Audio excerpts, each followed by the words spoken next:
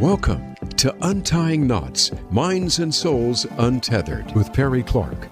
This program looks at mental health from unique perspectives and shows you how to manage your life by finding the knots that help you and stay away from the ones that could be a disadvantage. Now, here is your host, Perry Clark. Hello all, welcome back to Untying Knots, Minds and Souls Untethered. So we've got a special episode for you today, but before we get into that, let's start with the classic disclaimers that this podcast is for education and entertainment purposes. This does not constitute working with a mental health provider, so please find one in your area. And if you can't find one in your immediate area, be open to the virtual. I know it's not necessarily the favorite thing people want, but you know, even a little bit of mental health help is better than none. So today is going to fall into one of our special categories aspects, as we have a returning guest here. As you've heard, once I get to the bio, you get them. But they've got a project they've been focusing on and developing, and that we're going to give them a chance to talk to because they're also running their first program later this month in June. So who I'm talking about is our returning guest, Mercedes Samudio. Is a licensed clinical social worker, best-selling author, international speaker, and visionary entrepreneur. She works with parents around the world in developing a healthy parental identity with her revolutionary parental identity development model and incorporating her shame-proof parenting philosophy to help reduce the shame parents experience as they raise their healthy children.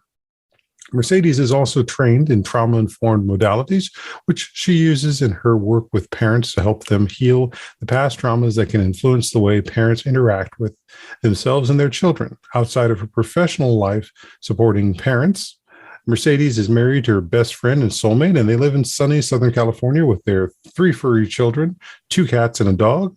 And you can learn more about her work at www.shameproofparenting.com. Hello, Mercedes. Hi, Perry. Thanks so much for having me back on. Oh, glad I could do it. And actually, now as I was rereading your bio, it's like when this will air, it will be following the podcast that I've just done with Monty Goldman and James Williams. We were talking about parents and video games. And the focus being there, it's not so much just dealing with what the kids' relationship with the video games is. What is the parents' relationship to the video games and to their kids, especially around their sense of shame?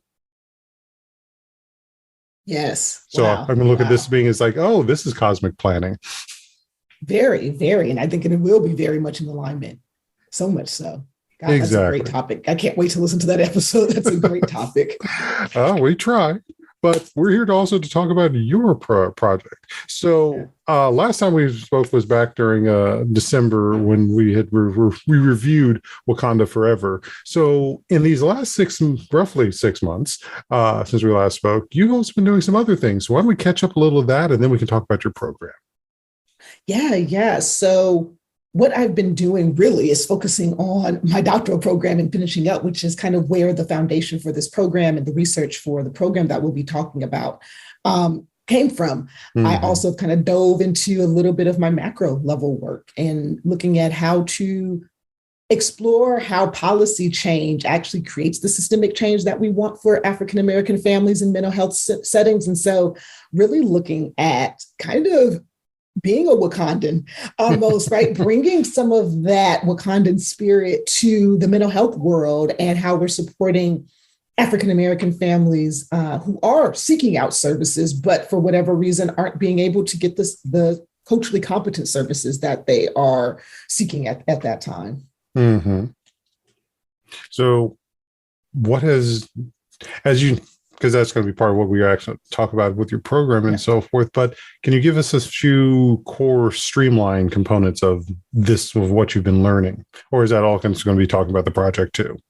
Yeah, we can start talking about it for sure, because I think one of the things that I've always seen in my work is that we tend to, as mental health providers, be trained generically and broadly And when we go out into the world, we try to use those broad strokes to explore people's pain and explore people's healing journeys. And sometimes that's not enough. Sometimes we really do. And I wouldn't even say sometimes. I think it's really important for us to be able to pay attention to the unique experiences that people have and how their identities influence those unique experiences. And I think that needs to be woven into our training as well as our actual work in the mental health field. Mm-hmm. Yeah, because I think that gets back to the problem of being the idea that any therapist can work with any person, which has been, I remember that being sort of a unspoken notion in my education as a therapist. And then some degree too, when we started dealing with siphon agency work, even though they had an intake coordinator and you're trying to direct people who are going to be the best fit. Well, that guess means that's not working with everybody. And I remember actually going to try to apply for a job at another agency where I asked about the aspect of client therapist relationship fit being an important component. And they were like, no, you just work with everybody. It's like, I'm very much supporting the idea of do we fit together as opposed to, again, creating that antagonistic component that nothing changes, nothing works. There's no reason to listen. Right. And I think you hit on something that is so important in our training is that oftentimes we are trained under very Eurocentric kind of colonized ideas. I think it's important to pay attention to the fact that psychology was founded on really kind of white, male, heterosexual, cisgender, more affluent ideals. And so as we've evolved from those early foundations of like Freud and Piaget and Erickson and all those people who kind of founded a lot of what we know, we haven't changed our perspective from those early foundations. And I think you hit it right on the head, which is you cannot work with everybody, and every client deserves to have a therapist who understands their unique experiences. And if you don't, that should be a really good light bulb moment for you to either get training or get more supervision around it. And I don't think that is harped on enough in our field. Or even the idea is that they need to be passed. You can pass them on to someone who might be a better fit. Yeah. And that doesn't mean you're any less. And it's and equally too, that standpoint of if you're going to get training, there's times we can do that training while we're working with a client. And sometimes that can't be done because it might be a 2 or 3 year program. And it's like, what, that client's going to just sit there and pause? Right. And I think that's the piece of it that's so important. Thank you for sharing that piece about fit. There's actually research that shows that cultural matching and cultural fitting actually works really well to support the long-term outcomes of clients who are entering into mental health services or healthcare services. That being paralleled with the statistics that say that, especially for African-American and Black families, there's been a huge stigma and history of mistreatment in the healthcare settings that has created this distrust sometimes of the healthcare settings. And then when you look at the stigma of mental health in the Black community, that adds more distrust. So even if you enter into the healthcare setting to get even more niche down to the mental health services part of it is an even bigger barrier that I think we don't address enough when we're talking about cultural matching, when we're talking about how do we make sure that people are the right fit, even when there's not the opportunity for cultural matching, even to make sure that we have the training or the modalities available for people to be able to access. Do I understand this client?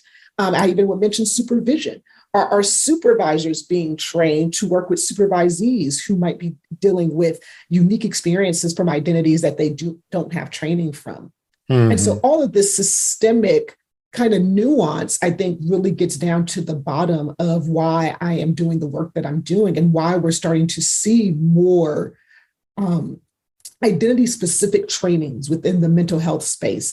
I think it's really important to acknowledge that while all humans are human, and we can definitely work with people and support them in managing their mental health problems and their acute symptoms, I think when we're thinking about long-term health outcomes and long-term lasting change for these families, especially families that tend to be underserved in these communities, we really do have to look at those systemic nuances on, we can treat these acute things very quickly.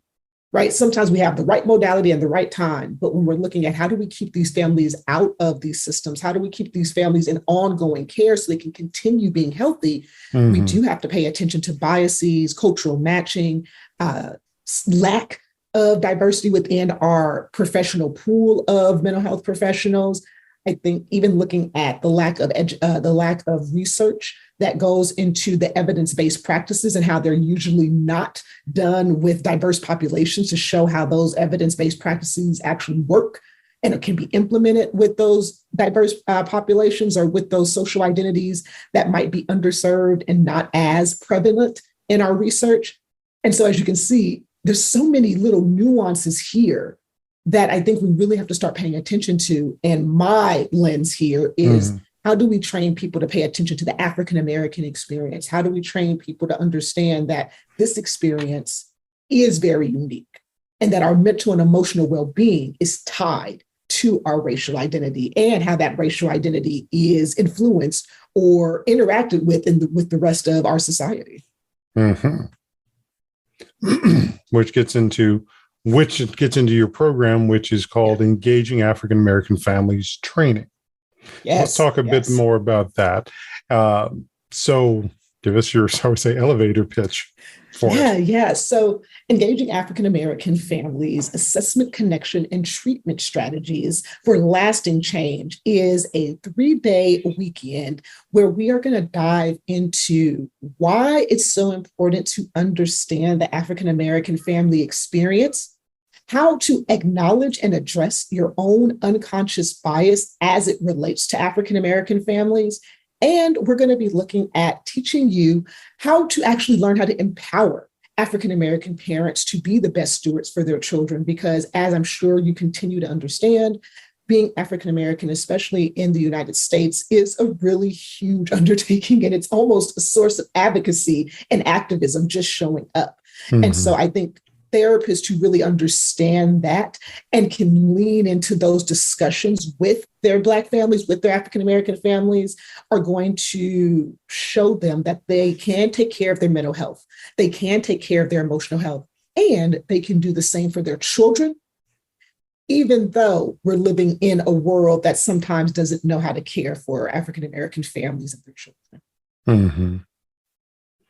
So in these 3 days, what else, what are some of the particulars beyond the broad program, just so we know? Because I'm looking at your original email, we're talking about the collaboration, the registration. Give us a little more of those. Yeah. And so day one really jumps into the history of African Americans in the United States, right? It talks about how we came to be a culture, how our culture actually looks here, and how all of that historical relevance really lends itself to how we show up today in our world. We'll weave that into how understanding that actually can lean into your assessment of your African American clients, right? That they're not just coming in with their acute symptoms, but they're coming in with all the systemic kind of oppression and pressures that come with living in this identity, and trying to raise a child who's also living in that identity underneath the world that we're dealing with. We'll end the first day really looking at core assessment tools that therapists can learn how to assess their own racial and unconscious bias, as well as how to assess for racial trauma in your clients. The next day, we're going to be talking about connection. Connection is almost a whole day because you don't understand how important it is to really connect. Connection is just not that therapeutic relationship. It's also being able to repair ruptures. It's also being able to lean into tough conversations. And it's also about the one thing we forget once we become therapists, which is that second middle phase of therapy, which is the work phase. This is where the change happens.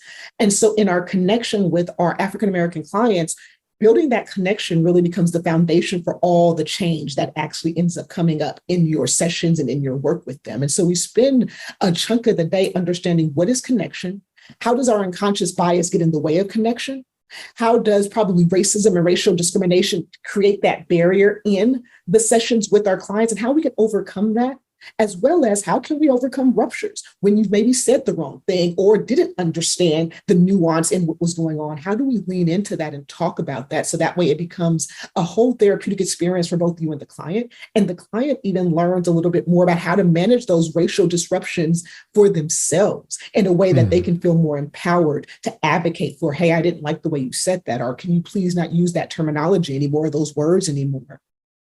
The last day is treatment strategies. And so after we've talked about the assessment and the history, after we've talked about connection and really holding that as your center for your work with African-American families, we're going to dive into actually treating them as well. We're going to talk about trauma-based strategies. So I'll be weaving in brain spotting at EMDR and helping people to understand how trauma works and how racial trauma is pervasive as well as ubiquitous, right? And I think pernicious, right? I think even David talks about that and how we have to understand that while trauma, as we understand it, are things that happened in the past that we can mitigate for African Americans, it is ongoing, right? Racial trauma continues. So the treatment strategies will lean into how do you manage that week to week or even month to month experience of the African American family where they come in and say, I think this is happening because of my race. I think that discrimination is happening. How do we treat families who might have these acute symptoms, but the overarching issue of racial trauma and racial discrimination and racism continues to exacerbate sometimes those acute symptoms. And so the whole weekend, I want therapists to do one thing.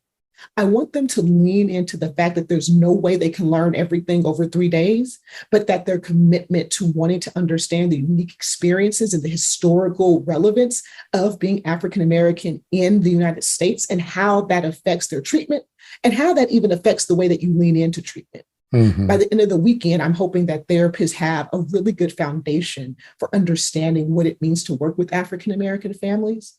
And I hope that they'll continue to do that work. There'll be resources, we'll be doing demos, we'll be doing case studies where you can really dive in and talk to other people in the training about how does this look?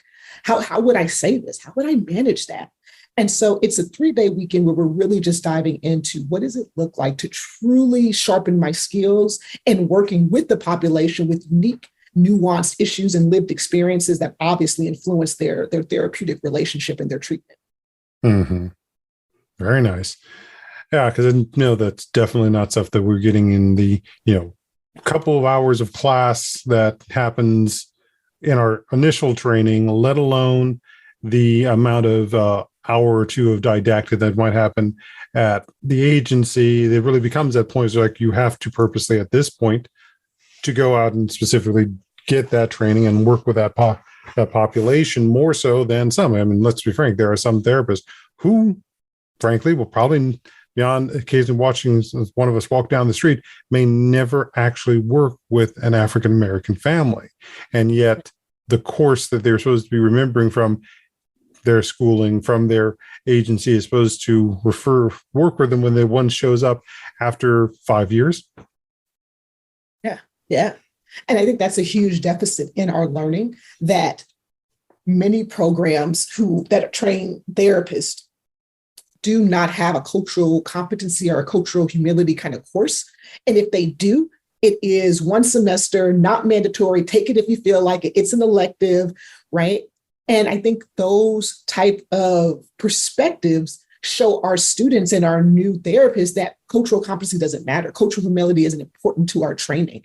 So when you don't have it as a course, right? When you don't have it even as a concentration, right? Where people can really dive into cultural adaptations for interventions, cultural humility as we're working and researching and looking at the different issues and elements for minority populations or for underserved populations.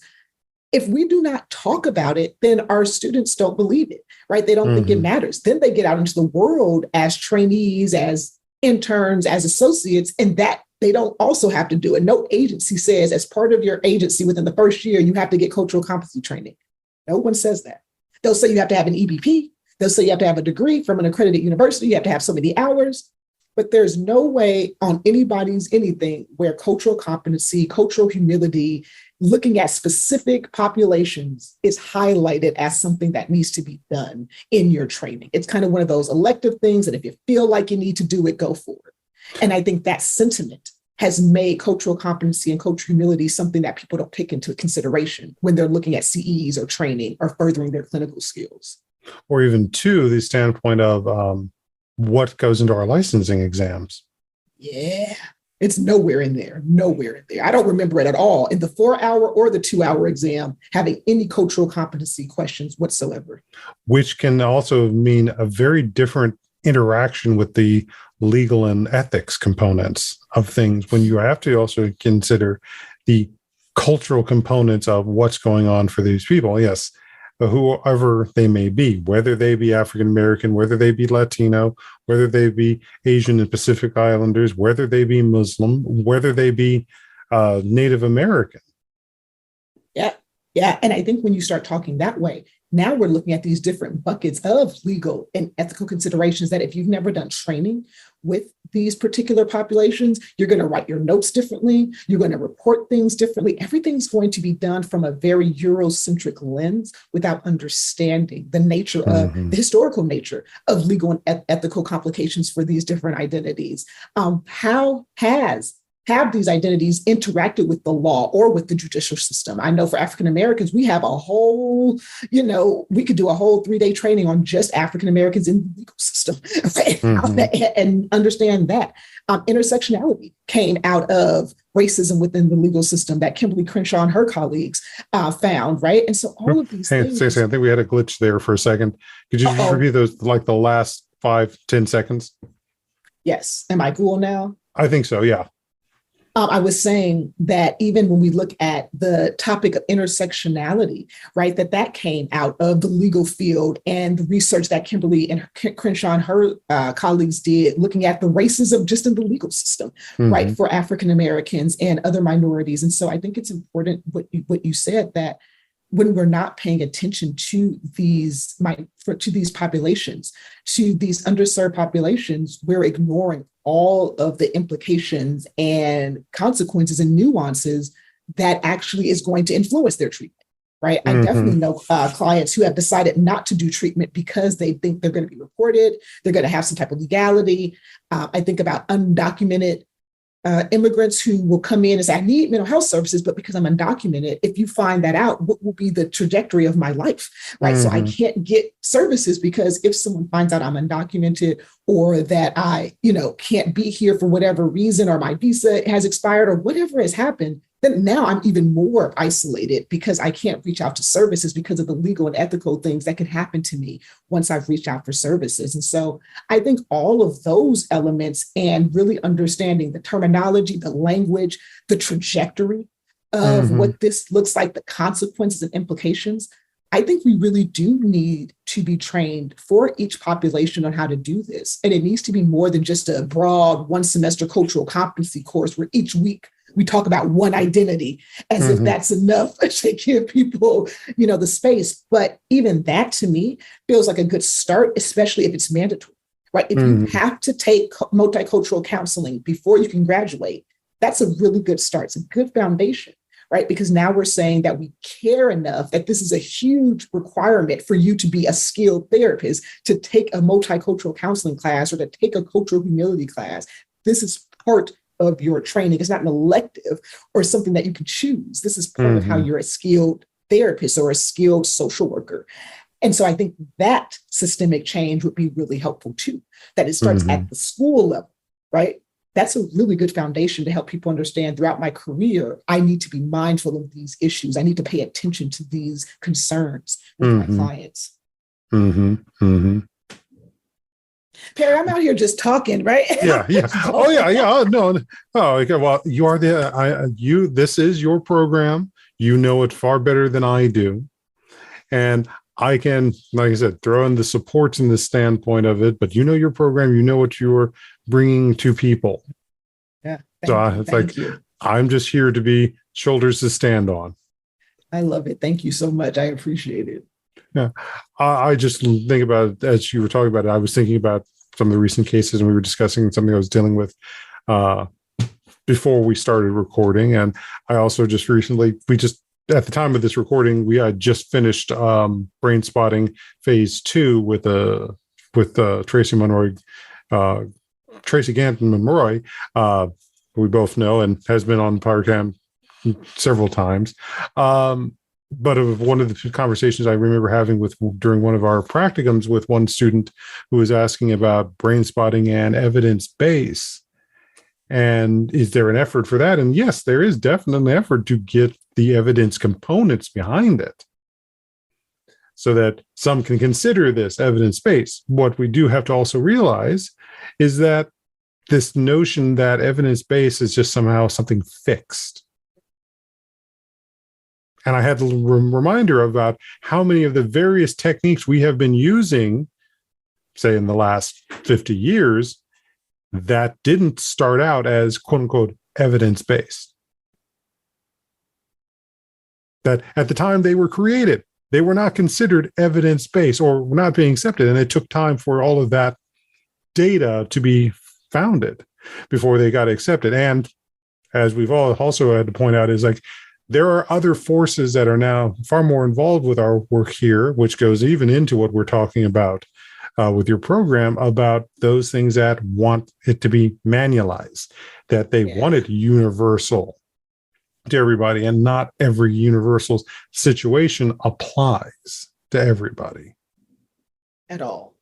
And I think that's the interesting, what's the word I'm looking here for? I think that's the interesting catch-22 with evidence-based practices, is that in an effort to streamline therapy and treatment and you could say however you want, I'll say this is my opinion. I think it was streamlined for insurance purposes. I think it was streamlined for community mental health and those treatment plans and kind of those treatment facility purposes. So you can say 8 weeks later, we have data to say this person went through this training or went through this treatment plan and they're better.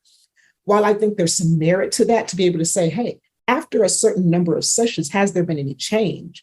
I think the huge push that every therapist needs to be trained on an evidence-based practice really changed the landscape of what we're talking about now, which it pushed out the minority and underserved populations. And it really kind of highlighted this idea of serialized treatment, right? You come in, you get what you need, you get out. And I think that really commercialized mental health and therapy to the point where people come in, even with me, and say, I don't know, why am I not getting better? Why am I not doing better? And I feel like those are just some of my opinions about what evidence-based practice did on the surface.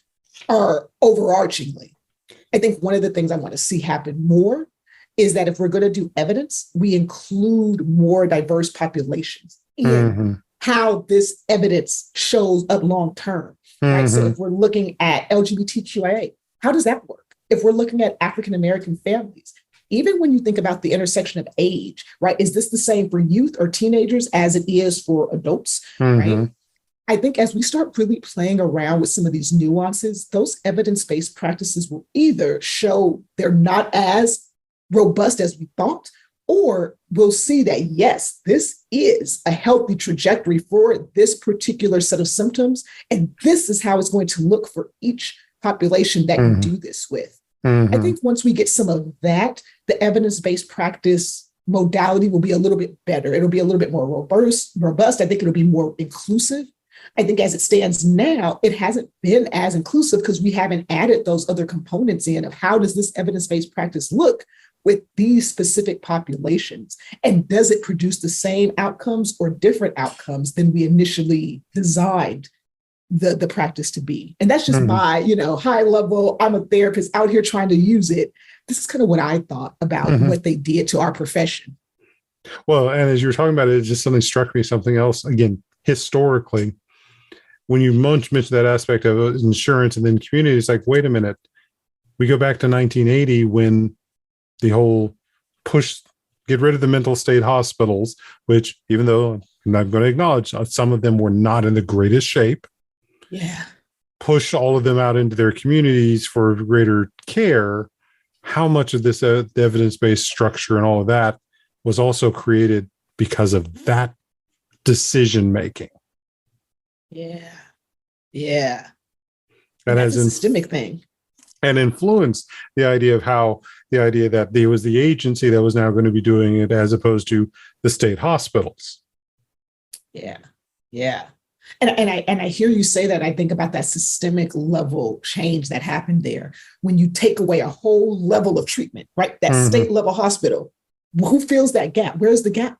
Right? Who fills Mm-hmm. that gap that the hospitals were filling, right? Because you could put, so many people in the beds. And I agree with you. Not every hospital was up to par. Not every hospital was doing what they were supposed to be doing. But I think when you take away a whole section of treatment or a whole section of services with no gap, all of that spillover does exactly what you just said. It goes into our communities, it goes into our agencies, it goes into our individual therapist offices, and there's just not enough there, right, Mm-hmm. for each of these agencies to take on the need.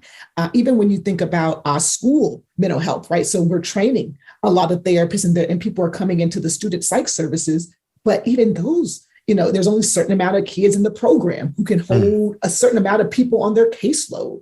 And Mm-hmm. so I think what you're talking about, that change of mental health serving and who took the brunt of the funding for that and where the programs were going to be funded, I think it created a systemic change in mental health that really divided who could really afford the better, more structured care versus the people who maybe could not and had to deal with whatever the agencies or insurances were offering at that time, right? And so I think that's something that I think about in my macro level space of how can we change policy so that way as people are getting services on the micro level, there's policies that support and protect their well-being, right? So you're not like, I think about just title protection for social workers, things like that, or even bills that talk about funding that goes Mm-hmm. directly to mental health services. I think about all of these systemic things that need to happen. And they all came from what you just said, that systemic change on the government level to get rid of a whole section of mental health treatment. Mm-hmm. Right? Like that was a whole thing. Which also, I think, too, because we also need to should be wrapping up here, is if we also look at the historical numbers and so forth, the issue with homelessness and exploded more probably within 5 to 10 years of those hospitals being closed down. Yes. And we're all seeing that. I think almost every major city is seeing the effects of that. Right. And that was the 80s. So I was born 85. I'm 37. So it's almost 40 years ago that this happened. Right. That like we're still seeing the long-term effects of taking away a whole systemic part of our country that was sustaining and for better or for worse was taking care of that population. Now that population is out in the world mitigating their symptoms as best they can. If you look at Skid Row in LA, if you look at maybe even Fullerton in Orange County, there's a huge unhoused or unhomed population up north, San Francisco, right? There's a huge unhomed population. Oakland, right? Where we just don't have the capacity to support these folks because we don't have anything in our systemic space to support them. Everything is very micro. Everything is me and you. And other therapists just trying to catch the gaps. There's no systemic, policy. There's no statewide policy or government-wide policy that says this is how we're going to treat the mental health needs of our unhomed or of our underserved or our underrepresented or populations. And I think this, outside of me and you, is the bigger policy change that we need to do. And that would also have been an area where looking at how we're treating African American, Latin, everyone who is going to have a marginalized or different cultural experience other than the dominant Western gaze would be also very critical in having. Yes, agreed. And I always say this, representation isn't just in the media. Representation happens everywhere. When we can see that people care about cultural competency as it relates to mental health training, that becomes the representation that we need. It's why I'm doing trainings like this, because I want to show people it's okay to specifically get trained on how to work with populations, right? I've gone to trans and LGBTQIA specific training so I can understand language, so I can understand trajectory, because I am a cisgender heterosexual person, right? So I want to understand what that process is. I want to be able to be an ally. And I can't do that just saying, yeah, I know someone who's in that population, or I've seen, things on TV. I have to get trained. I have to understand, right? And so I think oftentimes we believe because we might be in a marginalized identity, or because we might not be, white facing, that we don't need the training. We know what it means to be a minority. I always tell people, be really mindful that every identity, whether it be racial, gender, sexual, or age, or any other identifying information that you kind of go with, we all have specific, unique experiences that are influenced by those identities. And whether you are considered yourself a minority or not, you don't know what those other identities are exploring, and you don't know how those other identities are managing their mental and emotional wellness. And so training is the best way to understand that. Being trained by someone who is skilled, who understands, who actually identifies in that space and has the emotional capacity to train you and support you, go do that. Stop asking your friends. Stop asking people to tell you what the next book is and the best resource. Go get the training, invest in yourself, learn more about how to support the mental and emotional well-being of, I would say, marginalized identities.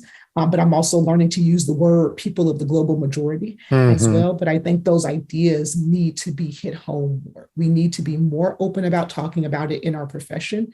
And we need to be more open about being okay with specialized training to treat identities that oftentimes don't get talked about in our research or in our treatment modalities. So I think that's a great place for us to take a break and let this all soak in for folks. So stay tuned for our second half here on Untying Knots, Minds and Souls Untethered. I'm Perry Clark, licensed marriage and family therapist, here with Mercedes Samudio, licensed clinical social worker. We'll be back in a bit, folks. Stay tuned.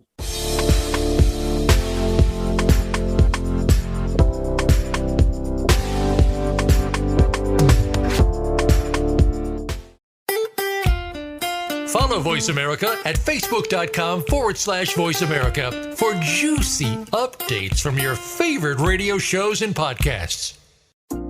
Our lives and the world around us can get messy and frustrating. Untangle and Grow Counseling's focus is to untangle that mess and make sense of it so you have a good foundation to build and grow from. Visit us on the web at untangleandgrowcounseling.com. Perry Clark offers individual psychotherapy, couples and family therapy, and adolescence therapy from a variety of coping materials and resources. Visit untangleandgrowcounseling.com for more information. Enjoying our shows and can't get enough of us? Follow us on Instagram at Voice America Talk Radio and see what we're cooking up for you.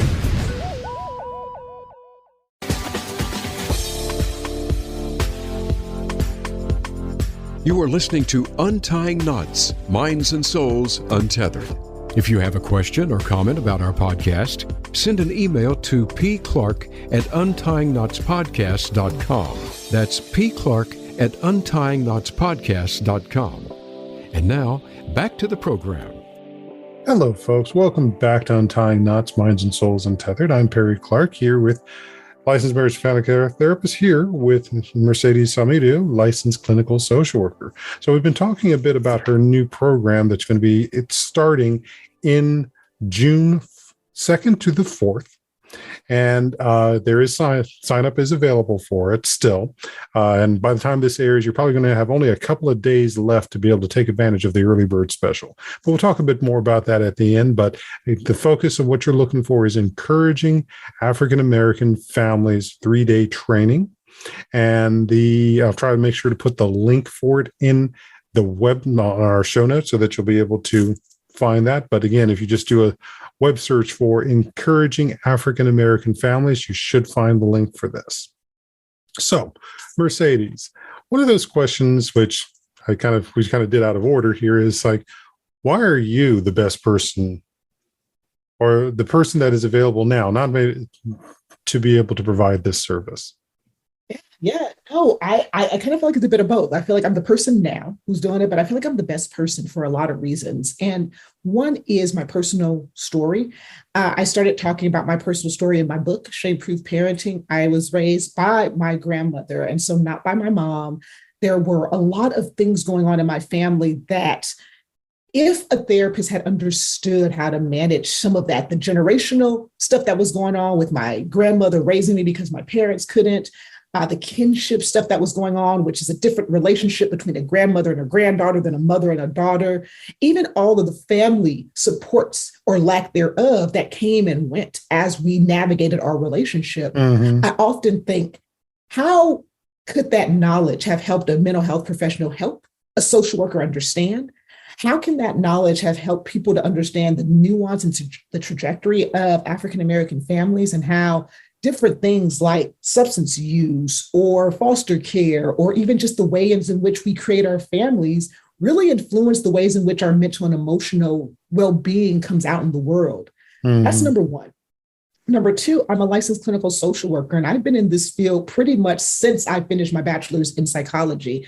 I have only worked with children and youth and families. It has only been my focus. And in all of my work, one of the things that has hurt me and made me so overwhelmed and disheartened is the way African American families are treated in the community mental health and community services pool. The amount of stigma, stereotypes, and just downright nasty comments people make about African American families and their ability to either get out of poverty or get out of the system or lack thereof really hurt me, because I know that these therapists who want to help think that that stigma and that bias is helping, but it's really causing a barrier in African American families or persons to even want to attend sessions, to even want to come into sessions. And so I become the best person to help you understand that this is something that you need to be aware of your unconscious bias, aware of your racist ideas if you have them, which honestly, let's be real, I think all of us do, unless we've actually reckoned with it, and unless we've actually sat down and really talked to ourselves and worked with a professional or worked on ourselves to manage it.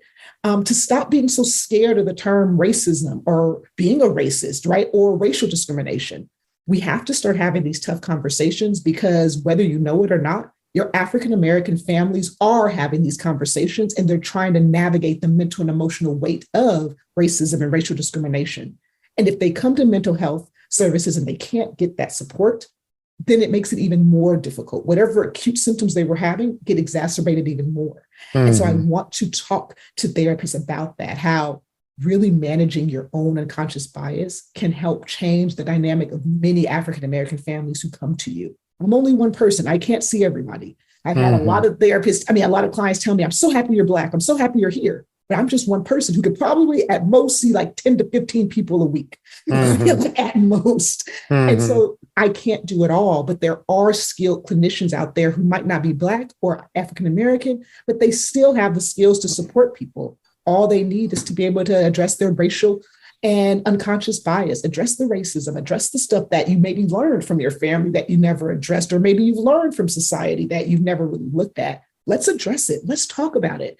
So that way, when you're sitting in these sessions with your African American clients, you're not scared of racism. You're not scared of being called racist. You're not even being scared of being called to task for something that you said that was racist. You can sit there with them and say, you know what? Let's talk about that.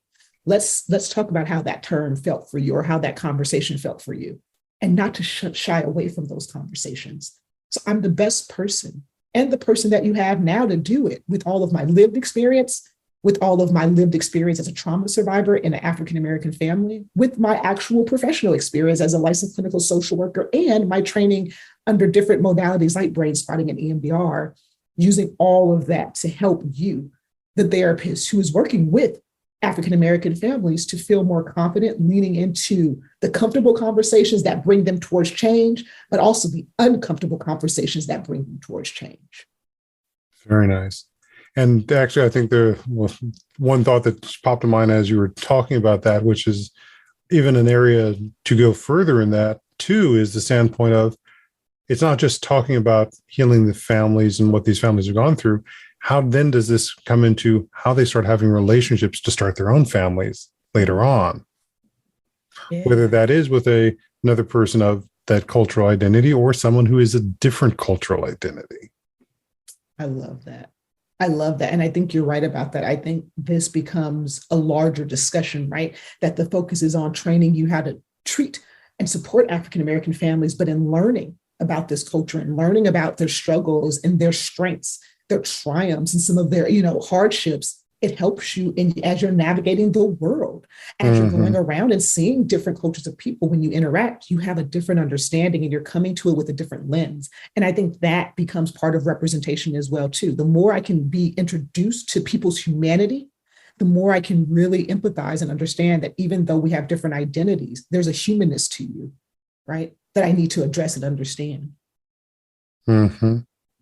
Which is something that I think again, it then gets caught up in the ideas of what is the goal or goal and purpose of therapy for some, being the aspect of, again, therapy grew out of, or how we practice to a certain degree today grew out of the medical model, the biological medical model of symptoms, pains, disorders, and so forth, as opposed to building from a structure that this is about human nature, both its good components and its bad components. Yeah, yeah. And I love that perspective, because I think that's something to pay attention to when we're talking about African Americans, right? We've said it before, and I'll continue to say it. African Americans and Black populations talk nonstop historically and in the research about how discriminatory healthcare settings are. And so with our profession being based in the medical profession, which is very healthcare based, it tends to be very discriminatory towards minority populations in terms of how we understand their bodies, how their bodies recover, how their bodies accept pain. And there's countless studies on how Black people were experimented on and thought to have, not to experience pain or experience pain differently. And that's the medical model, right? That's the medical model that we thought that Black people, for some reason, were superhuman at this point, right? But a lot of those medical models came from that stereotype perspective. And so even to this day, you find Black people being disproportionately or having disproportionate mortality rates for pregnancy, for giving birth, for heart disease, for cancer, even because people don't listen to African Americans and Black people when they talk about their symptoms in the healthcare field. Now imagine bringing that over here to therapy and mental health, right? Where there's a huge stigma in our culture about what it means to seek mental health services. You even brought up something that I think is important to talk about, that if you come outside of the medical model, a lot of our mental and emotional spaces in the African-American community are spiritual, right? And so while we may understand the tangible, logical, mental and emotional symptoms, we also have a spiritual understanding of what those symptoms might be. And so ignoring that or not being able to distinguish that in a session could be really catastrophic, because you might think the person has delusions or other things that are not true. They just have a whole separate understanding of their symptoms that's based in spirituality. And so I say all of this to say a training that talks specifically about that hits what you just said. It hits on this idea that if we're just coming from the medical model of treating and fixing and solving and making everyone better, we're missing a whole space of intervention that allows people to understand what it means to live in a mental and emotional wellness space. It doesn't mean I'm fixed. It means that I'm living here, constantly taking care of myself, constantly kind of showing up for myself. Understanding what that looks like for African-American populations, I think, is integral to treating them. Well, even more so, because one of the elements you just mentioned was that aspect of how often that gets couched in the idea of magical thinking. About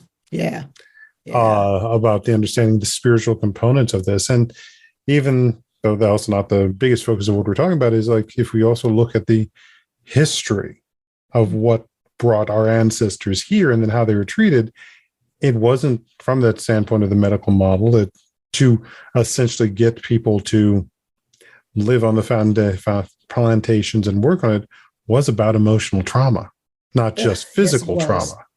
Yes. So the aspect of, and that hesitance people have is that standpoint of this is still part of the same system that was used to traumatize us. Yes. And in many ways, for some, they're still being traumatized by the same system that is supposed to be trying to here to help heal them. So it creates that aspect. About to say that. Well, it comes back to that standpoint of why should I do anything related to this? Why should any of us even be working in this field if that's the case? Because we are worth being taken care of. Say that again, Perry. We are worth being taken care of. We are worth being healed. Yeah. And I think that's a great space to kind of sit on, because I think that's the whole reason why I came into this profession. This is the whole reason why I continue to get trained in this profession. I continue to learn more about trauma. I continue to learn more about the long-term effects of not being cared for historically and just in general. And I think it's so important that you bring that up, that we totally deserve to be healed. We deserve to be treated fairly. We deserve that. And that becomes really, I just love that you said that. That becomes really the North Star, the focus of my training for those 3 days, is that as you look at African-American families, really holding, they deserve to be healed. They deserve to be treated with respect. They deserve to have treatment modalities that reflect their lived experiences and who they are, right? All of that. I just love that. I think that's literally going to be my North Star for the 3-day training of we deserve to be healed. Mm-hmm. So let's just let that soak in.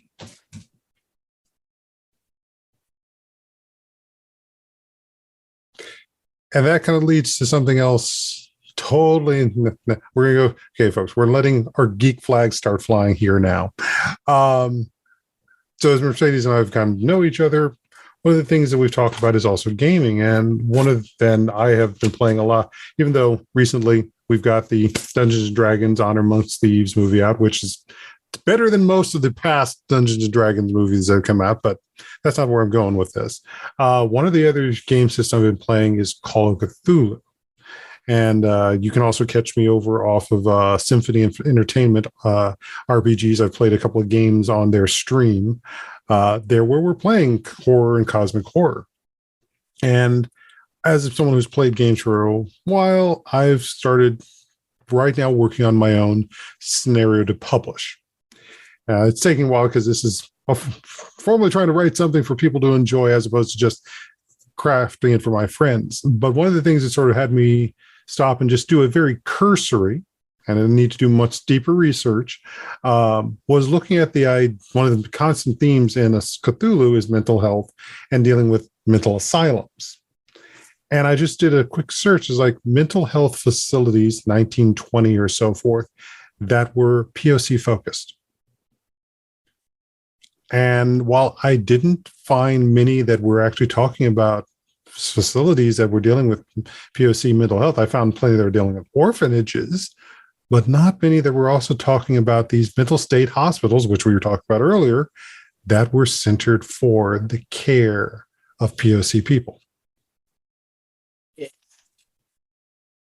Which also then brings that aspect of, oh, what does this mean for the scenario that I'm writing after basically being confronted with some massive cosmic horrors in the US for POC? What is the outcome for them? More so than any others. And there's an ending I actually wrote for that, which just sort of illustrates that. Yeah. You're making me think of Get Out, mm-hmm. right? Where the whole horror of the movie is being Black in a white mm-hmm. space. That was the horror of the movie. And you make me think about it as you're talking about Cthulhu and this mythos and how psychological that horror is. It's a very psychological horror, right? Mm-hmm. But then you think, like you just said, there are no POCs in this space, right? So are we even exploring the psychological horror or how horror can psychologically influence an African-American person? That mm-hmm. goes into how do people even role play that person, mm-hmm. right? How do people even know what to say or to do for that person when they come up against something horrific or scary? And so as I listen to you talk about you writing this, you are now starting a whole representation space for how does a role-playing person of color react to psychological horror or cosmic horror. Right? Mm-hmm. You're about to start a whole new thing for people because no one knows. How does a Black person deal with Cthulhu showing up? Right? We have Cthulhu Death May Die, those big mm-hmm. box games, right? And so we've played it. There's a few African-American characters in there, and most of those characters are tropey characters based mm-hmm. on like horror tropes. But as I always pick either the little girl or the Black character, because it becomes this idea of how to show people at this table how a Black person would react to the horror that's happening as we pull cars and move spaces. Mm-hmm. How do I react? And I really do get into it. And so as I'm listening to you talk about it, I think there's such a huge space to say, how do POCs react in fictional, fantasy, horrific worlds? What does that look like? Mm-hmm. So then a whole generation of gamers will be able to have characters that they now know this is how a person of color would react if they saw Cthulhu, or if they saw the cultists calling Cthulhu, or if they saw any of these things happening. I actually have an understanding, not just a made up thing. I actually have an understanding of how they would react or how that would influence their psychological, responses. Oh yeah. Well, I don't think I'm the first, because I mean, there is Harlem Unbound by Chris Spivey, Okay. which is sort of my North Star for all of this. I love that. As well as his Haunted West series is my North Star for starting this. So he started, it's just that lens of, with the mental health side of it, how does this now play out for this? And the experiences, because so I've watched some of the actual plays, both of either of his two scenarios, where it's just like, do you really think about what you're saying, what you're doing? Or even the standpoint of, how do we set a story in a setting like that?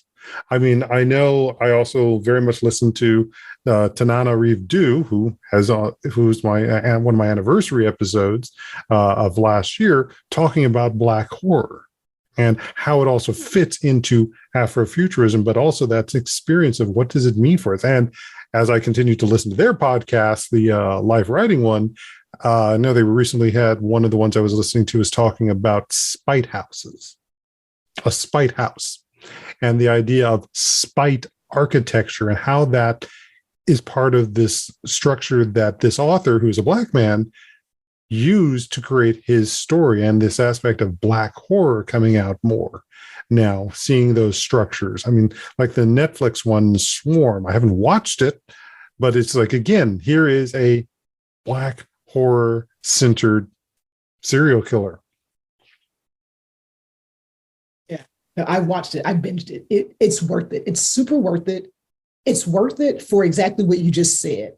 It steeps this African American or Black female character as a serial killer. We've never seen it. This is not the norm. This isn't the trope. The trope is not, and she's about my height. I think she's probably like 5'3", 5'1". So she's not this big, bulking, Michael Myers-like super, serial killer. She's a Black woman. You know what I'm saying? And she has an obsession, and that obsession drives her to make these decisions, right? And to see that psychological depth, I think, is what you and all of the horror kind of people who are in the cosmic horror or Afrofuturism talk about, which is Black people exist here.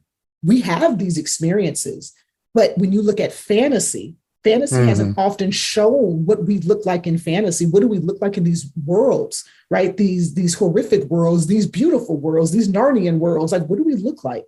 And I think seeing more of it, even I just keep going back to hearing you talk about creating these stories and these narratives. I think it's important. I think it's really important that we talk about it in that intersection of the Black experience with cosmic horror at mental health. That's the piece of it that I think is going to be really helpful too, because we don't talk about mental health in our community all the time. And we're not always well versed in how to talk to others in our community about mental health. And so can you imagine pulling up a book, right? Playing through a scenario and learning, oh, that's how you talk about it, or that's the language, or that's, I'm just sitting here really in awe of your brain and that ability to link that together, because I think it's something we need. We need these representations of it. We need something outside of the pedantic academic research papers to really help people connect into what does the African-American or Black experience look like across genres, not just, we're not always talking about mental health and sadness and diagnosis.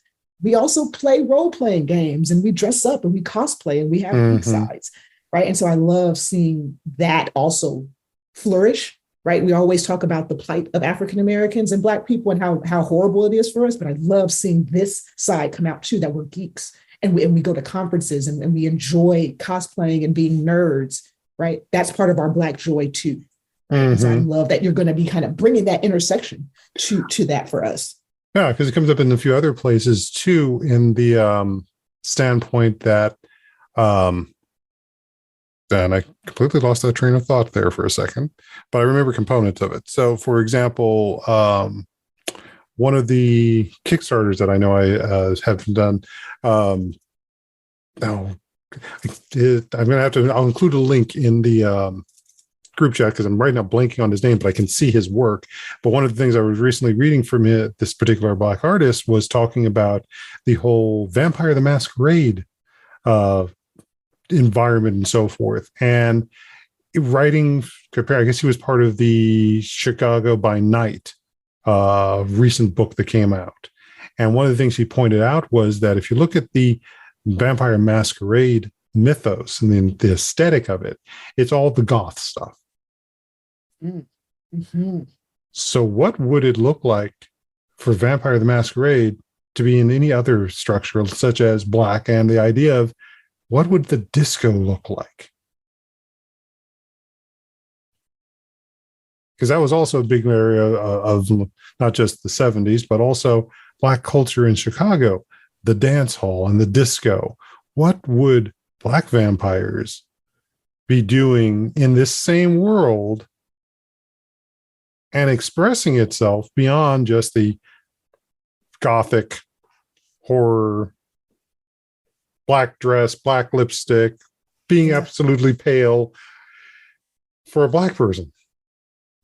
And I know Key and Peele sort of play with that joke in one of their episodes of dealing with vampires and such. But it's like, but again, it's that standpoint of what does it have to all be this aesthetic?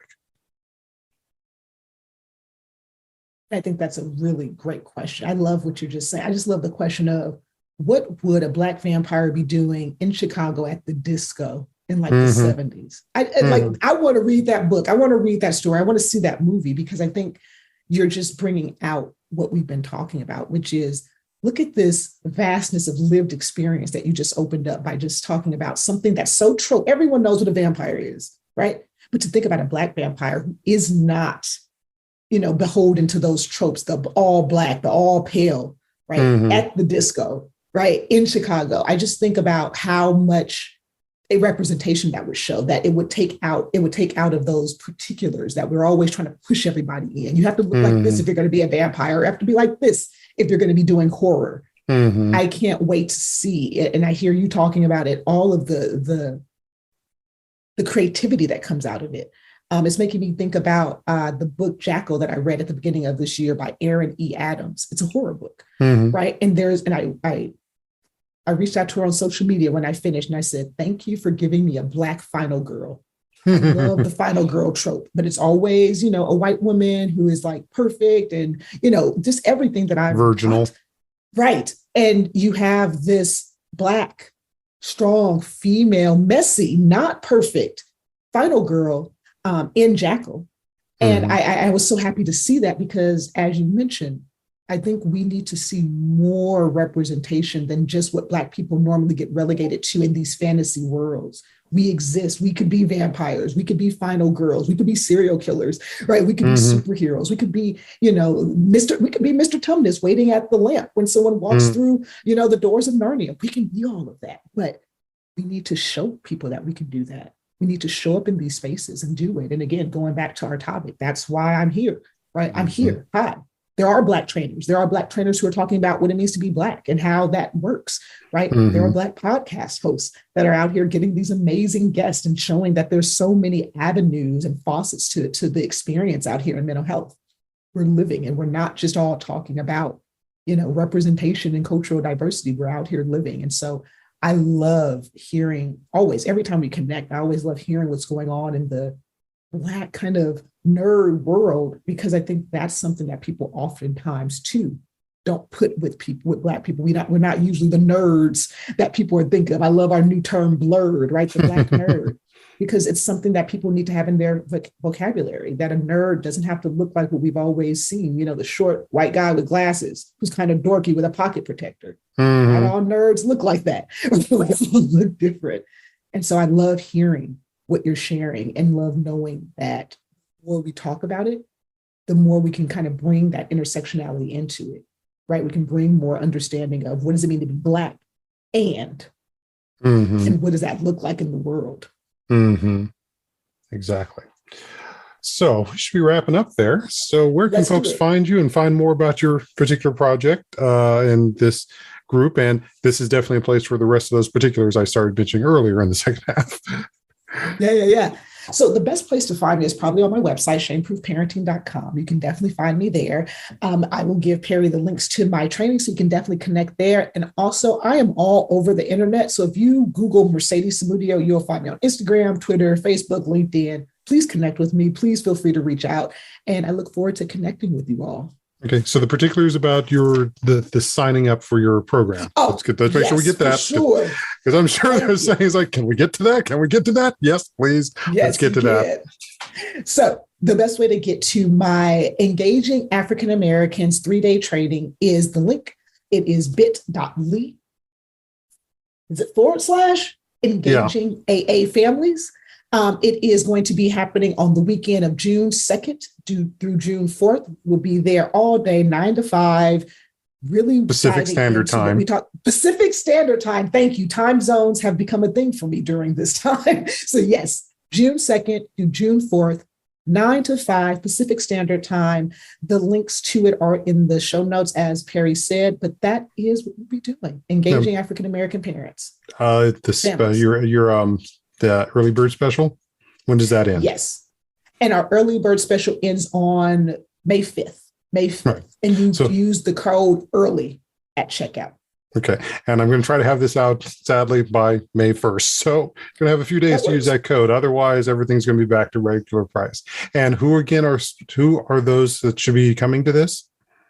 So pretty much if you're a mental health professional, mental health advocate, anyone who is working with African American families in the mental health sphere, you're totally welcome to attend, because that's what we're going to be talking about. All right, perfect. So Mercedes, thank you once again.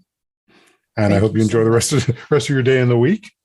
Thank you. And the same thing for you folks. I hope you're enjoying the rest of your day and your week, and you're just looking at the world a little different, because that can help you recognize how you need to be healed, how you need to take care of yourself, because you deserve to be cared for. So, ashe, and we'll be in tune.